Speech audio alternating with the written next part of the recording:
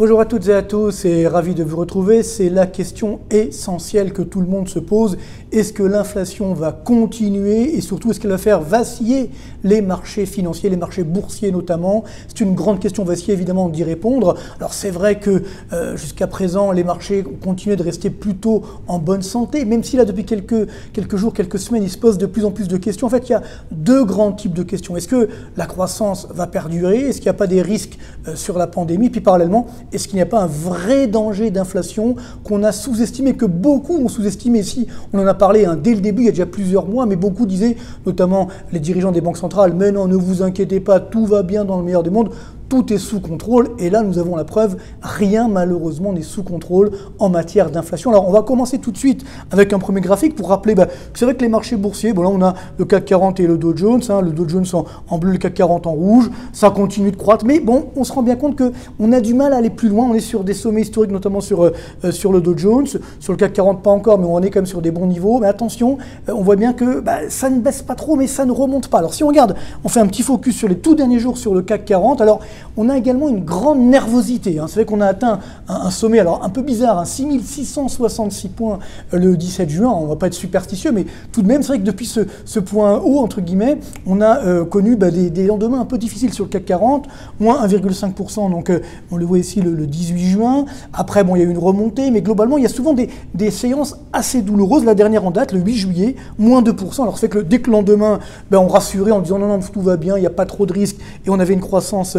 donc boursière qui a remonté, plus 2,1% sur le CAC 40, mais néanmoins on voit bien qu'on a du mal à résister. Et là, au moment où nous parlons, donc le 14 juillet, nous sommes quand même là, même le jour de la fête nationale, eh bien nous avons quand même une baisse d'environ 1,8% depuis le fameux point haut du 17 juin. Donc on a bien un ralentissement, une petite baisse des marchés boursiers, notamment sur le CAC 40. Alors pourquoi? Il y a deux grandes raisons. Déjà, ça y est, la croissance qui a fortement redémarré ces dernières semaines, ces derniers mois, avec un effet de rattrapage après la récession historique de 2020, bien sûr, cette croissance est en train de ralentir. Alors, d'abord dans les grandes locomotives, à commencer bien sûr par la Chine. Donc là, on a une croissance très forte effectivement donc en Chine. On aura le deuxième trimestre le 15 juillet, on aura également, je pense, un bon chiffre, même si on aura une baisse du glissement annuel. Mais néanmoins, regardez les indicateurs avancés, vous connaissez l'enquête. Donc c'est les directeurs d'achat, CAC-SIN donc en Chine. Donc en vert, c'est dans les services, en rouge dans l'industrie. Vous voyez, il y a la barre à 50, au-dessus c'est la croissance, en deçà c'est la baisse de l'activité. On est toujours au-dessus des 50, mais tout juste, que ce soit dans l'industrie ou dans les services. Donc attention, c'est en train de ralentir aujourd'hui en Chine, qui est quand même la locomotive de la croissance mondiale.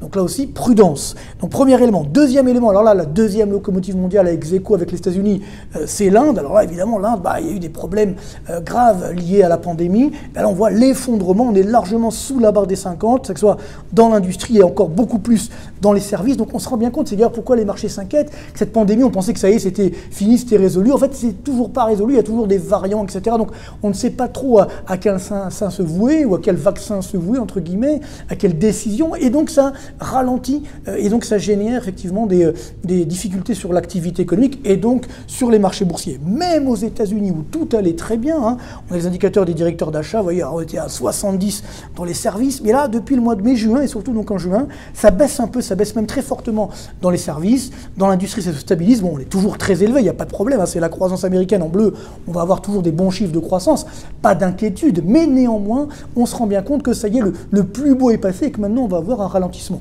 Idem dans la zone euro, c'est vrai que pour l'instant ça se porte bien, là on a les chiffres du mois de juin, alors malheureusement on voit qu'au mois de juillet, de nouveau il y a des risques sur la pandémie, donc on aura bientôt les chiffres, ça devrait ralentir.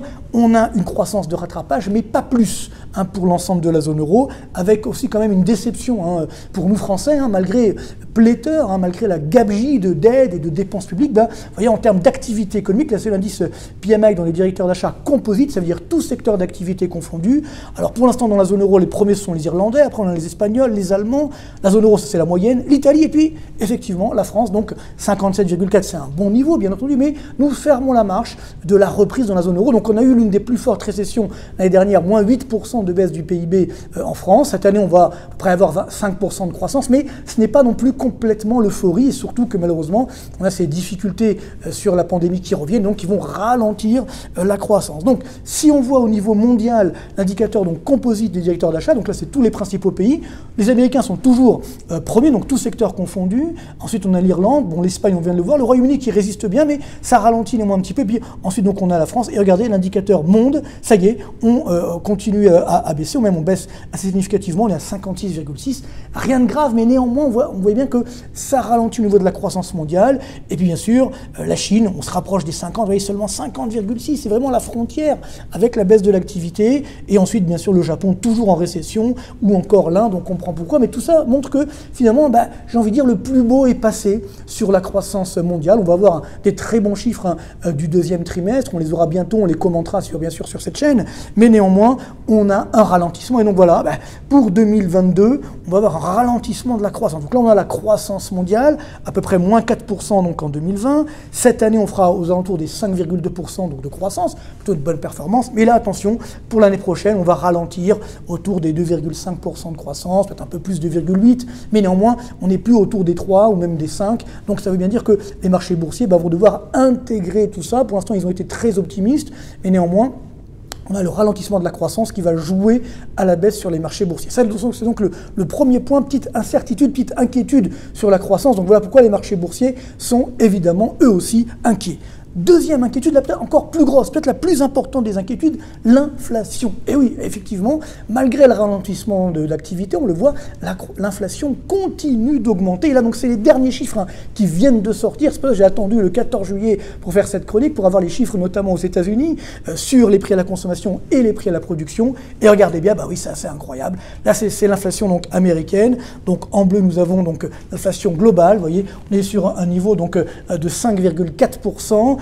On est, bien sûr, il y avait un plus haut en 2008, mais sinon il faut remonter, vous voyez, à 1991 pour trouver des plus hauts. Et évidemment, sur l'indicateur hors énergie et produits alimentaires, on est sur des niveaux de 4,5%. Là, vous voyez, ce sont des plus hauts, parce que même en 2008, on n'avait pas vu ça, des plus hauts depuis 91. Donc ça, c'est quand même une vraie inquiétude.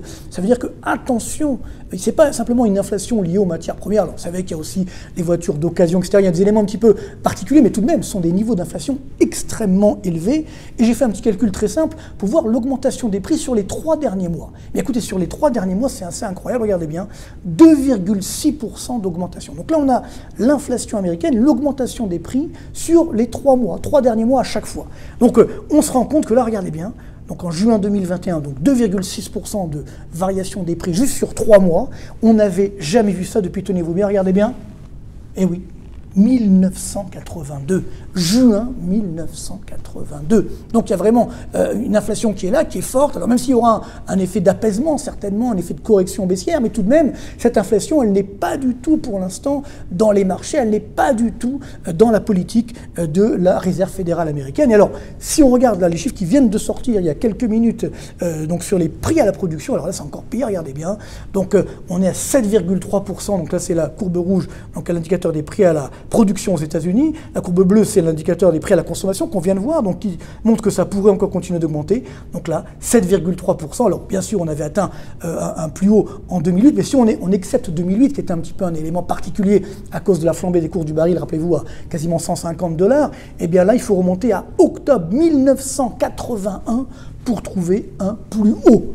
Et maintenant, si nous regardons les prix à la production hors énergie et produits alimentaires, donc justement, on évince ces éléments un petit peu volatiles, et bien là aussi, 5,6%. Alors, tenez-vous bien, voyez, on dépasse largement le niveau de 2008, c'est un plus haut depuis, regardez bien, eh oui, 1982, août 1982, on n'a jamais vu ça, j'avais à l'époque 12 ans, pour tout vous dire. Ça veut dire quoi? Ça veut dire que c'était à l'époque la période de l'hyperinflation, la vraie inflation. On avait une inflation à 10-15%. C'est pas ce que j'en anticipe, bien sûr, pour les mois à venir, mais tout de même, on a des chiffres d'inflation qui doivent nous inquiéter, qui doivent nous réveiller du moins, et notamment de la part de la Banque centrale américaine, qui continue son déni de réalité. Donc là, on voit l'inflation, c'est la courbe bleue. Je rappelle l'objectif de moyen terme de la Réserve fédérale américaine, c'est 2%. Là, on est largement au-dessus. On est à 5,4% d'inflation. Il faut réagir. Et non, mais la Réserve fédérale dit non, mais c'est sous contrôle, c'est temporaire, etc. Non, on ne peut pas continuer d'avoir la planche à billets, voire d'avoir les taux d'intérêt à 0% avec une telle inflation. Il va falloir réagir. Il en va de la crédibilité de la Réserve fédérale américaine et de son président Jerome Powell. Sinon, attention, une fois que l'inflation va vraiment continuer de déraper, là, on risque de devoir augmenter très fortement les taux d'intérêt. Donc attention, ça veut dire que si nous avons l'arrêt de la planche à billets, sans parler d'une remontée des taux d'intérêt de la Réserve fédérale américaine, et bien là, les marchés boursiers, évidemment, vont en pâtir, vont s'inquiéter. Et d'autant que là, je vous ai fait un petit détail, pour différents pays, l'inflation n'est pas que américaine, elle est mondiale. Alors c'est vrai qu'on a deux petites anomalies, l'inflation française 1,5%, l'inflation chinoise 1,1%, mais partout ailleurs, regardez bien, au Brésil 8,4%, en Inde 6,3%. Alors on a les différents niveaux d'inflation qui sont particulièrement élevés. Dans la zone euro, on est autour des 2%. Et si vous regardez maintenant les indicateurs avancés de la consommation, donc des prix à la consommation, ça veut dire les prix à la production, voilà, c'est du rouge partout, même en France. Vous voyez, on est à 6,6% de glissement annuel des prix à la production, donc ça va arriver sur l'inflation de demain. Vous voyez, le Canada 16,4%, l'Inde 12,1%, et même la zone euro 9,6% d'inflation sur les prix à la production. Tout ça, évidemment, n'est pas du tout intégré par les banques centrales, par les marchés. La Banque centrale européenne qui dit non, mais là aussi tout est sous contrôle, alors c'est encore pire, on continue la planche à billets, tout va bien dans le meilleur des mondes. Non, c'est très dangereux. Et puis surtout, si on regarde les indicateurs avancés des indicateurs avancés, en l'occurrence les prix des matières premières, ça continue d'augmenter. Donc là, nous avons les prix du pétrole, ça ne s'arrête pas, là c'est l'indice, le Brent, on est à 75 $ le baril à peu près de Brent, donc vous voyez qu'on est sur des sommets depuis 2018, mais après il faut remonter effectivement à 2015, enfin avant 2015 et la baisse des prix du pétrole, donc on voit bien que tout ça n'est pas encore dans les prix à la production. Idem sur l'indice CRB de toutes matières premières confondues, on nous avait dit non mais ça va s'arrêter, eh bien non, ça continue d'augmenter, 97% d'augmentation de prix à avril 2020, vous voyez des plus hauts depuis à peu près 2015, donc ce qui veut dire que là aussi, ce n'est pas du tout intégré. Alors tout le problème, évidemment, la clé, c'est les taux d'intérêt des obligations d'État. On l'a vu ces quelques dernières semaines, ils ont même baissé fortement, notamment aux États-Unis. On était remonté au-delà des 1,5%, on est repassé en dessous. Alors depuis quelques jours, ça remonte un petit peu. C'est là la clé, c'est qu'effectivement, si les taux longs, les taux des obligations d'État restent bas, globalement, les marchés boursiers, ils sont inquiets, mais ils résistent. Si jamais ça repart à la hausse, alors voilà. Donc tout va dépendre, bien sûr, de la Réserve fédérale américaine. Donc elle est un peu prise à son propre piège. Elle doit arrêter la planche à billets pour tenir compte de l'inflation, mais si elle arrête la planche à billets, les taux d'intérêt des obligations d'État vont augmenter, et donc les marchés, évidemment, vont s'inquiéter. Mais c'est un peu ce qu'on attend d'une banque centrale. On n'attend pas à ce qu'elle s'occupe des marchés financiers. Son boulot, c'est de limiter l'inflation et de générer une croissance forte. On a de la croissance forte, il faut maintenant limiter l'inflation aux États-Unis. Donc la Réserve fédérale doit absolument réagir, et donc ça aura évidemment des conséquences chez nous. Donc là, on voit que les taux d'intérêt à 10 ans, ça c'est en France, donc sur la dette publique française, on est à 0%. Donc bon, évidemment, on a un petit peu baissé. Ça repartira néanmoins à la hausse, sachant que nous avons des dettes publiques qui continuent de flamber. Alors là, évidemment, M. Macron nous a dit dernièrement qu'il ne donnerait pas la dette publique en héritage aux générations à venir. Mais alors comment il va faire? Il va la supprimer. La dette publique française, 118% du PIB en France. Évidemment, c'est énorme. Et donc cette dette, elle va durer, elle va même encore augmenter. Donc il y aura tôt ou tard une sanction sur les taux d'intérêt des obligations d'État. Donc voilà, c'est un petit peu le danger. Oui, malheureusement, cette inflation, elle est dangereuse. Elle va certainement faire vaciller les marchés boursiers. Ça redémarrera ensuite, certainement, mais on a besoin aujourd'hui de reprendre ses esprits, de retrouver un monde normal, en espérant bien sûr qu'on va sortir de cette pandémie, même si je sais qu'il y a des risques, des deltas, etc. On se demande, je ne suis pas complotiste, mais des fois, c'est vrai qu'il n'y a pas intérêt à maintenir cette pandémie éternellement, justement pour empêcher de retrouver un monde normal. Non, on doit retrouver un monde normal, mais attention, ça veut dire qu'il y a aussi de la croissance, de l'inflation, et donc il faut remonter les taux d'intérêt, qu'il faut arrêter de faire n'importe quoi sur les dettes publiques. Donc oui, vivement un monde normal, ça ne sera pas forcément facile, mais au moins on retrouvera une économie normale et on pourra avoir également une politique économique adéquate. C'est tout ce qu'on peut nous souhaiter pour les prochains mois. Portez-vous bien, merci beaucoup et à très bientôt.